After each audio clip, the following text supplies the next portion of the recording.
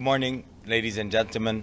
Thank you very kindly. Bonjour mesdames et messieurs, je vous remercie de votre présence parmi nous aujourd'hui. Je tiens tout d'abord à exprimer l'honneur que j'ai de prononcer cette déclaration ici à New York en tant que président du groupe arabe et à remercier également les éminents ambassadeurs de l'Organisation de la coopération islamique et du mouvement des pays non alignés présents parmi nous aujourd'hui.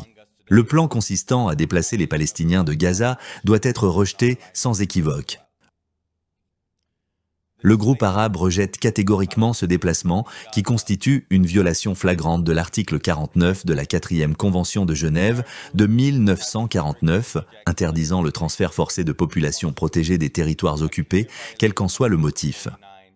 Nous saluons la position ferme de la communauté internationale qui a rejeté ces propositions et réaffirmé leur illégalité au regard du droit international. Un rejet uni et sans équivoque des États membres est impératif. Ce projet est inacceptable, que ce soit contre le peuple palestinien ou contre tout autre peuple du monde.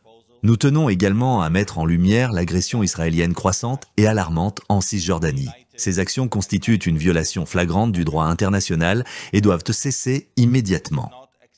Chers collègues, cette institution qui est l'ONU a été fondée sur le principe fondamental de la défense et du respect du droit international afin de maintenir la paix et la sécurité dans le monde.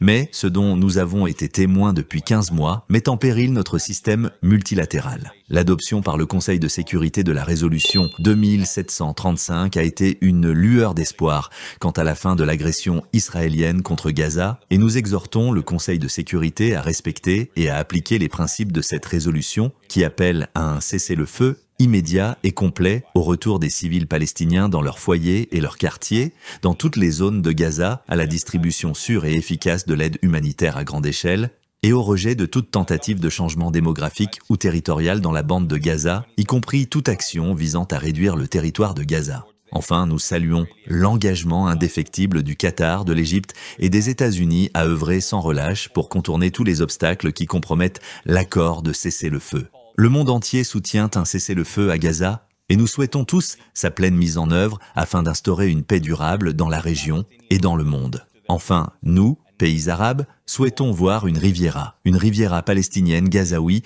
au sein de l'État de Palestine indépendant et internationalement reconnu. Je donne maintenant la parole à mon estimé frère, le docteur Riyad Mansour, ambassadeur de l'État de Palestine. Merci, cher frère Tariq, merci beaucoup. Et permettez-moi d'abord d'exprimer notre gratitude pour cette importante représentation de tous les ambassadeurs arabes et de toutes les régions du monde, y compris du mouvement des pays non alignés, de l'OCI, du Comité pour l'exercice des droits inaliénables du peuple palestinien, des pays d'Afrique, d'Asie et d'Amérique latine.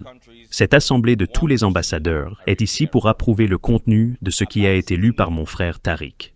Nous sommes fermement unis pour un cessez-le-feu permanent, étendu non seulement à la bande de Gaza, mais aussi à la Cisjordanie contre l'agression qui y sévit, et pour le départ des forces israéliennes de la bande de Gaza et de la Cisjordanie occupée, en commençant par le nord de la Cisjordanie, et pour la pleine mise en œuvre de toutes les dispositions de l'accord en 3 étapes. De plus, nous sommes unis pour la mise en œuvre de la résolution 2735. Elle a été adoptée par le Conseil de sécurité et personne n'a voté contre. Nous souhaitons donc sa mise en œuvre.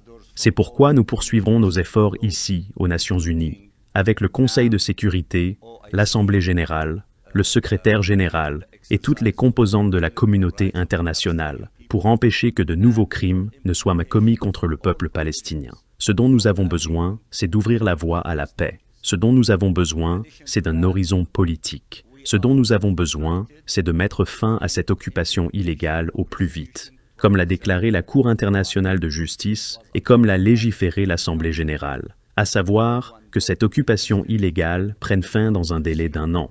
Nous travaillons d'arrache-pied avec tous nos partenaires sur de nombreux sujets, notamment l'Alliance mondiale, la solution à 2 États et les mesures concrètes nécessaires à la convocation d'une conférence internationale, comme l'a demandé l'Assemblée générale en juin, sous la coprésidence de l'Arabie saoudite et de la France.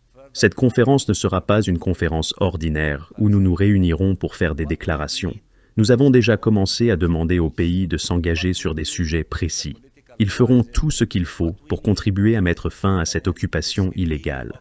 Ainsi, d'ici notre réunion de juin, nous aurons résumé tous ces engagements concrets, notamment soutenir le gouvernement de l'État de Palestine, le renforcer et lui permettre d'assumer ses responsabilités envers le peuple palestinien. Cela signifie prendre des mesures concrètes contre les colonies illégales et leurs colons.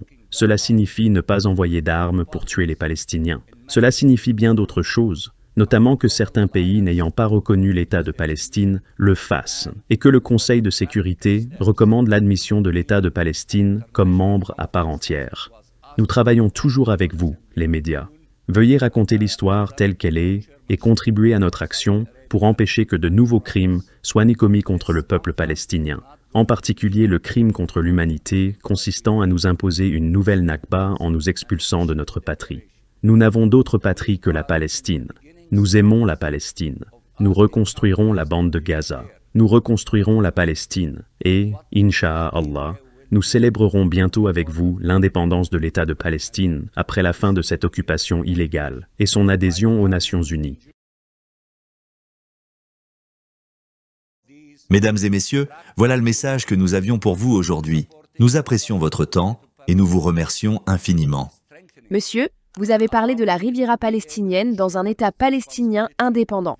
Alors, comment cela va-t-elle être réalisé et qui y participera? Comme tout autre pays dévasté par la guerre, si vous regardez la Seconde Guerre mondiale, vous avez eu Londres, Varsovie, Dresde, Stalingrad, Hiroshima et Nagasaki, toutes dévastées par la guerre. Mais tous se sont mobilisés pour construire leur ville, et aujourd'hui ce sont des villes parmi les plus extraordinaires du monde. C'est ainsi que Gaza sera reconstruite, comme cela a été fait ailleurs dans le monde.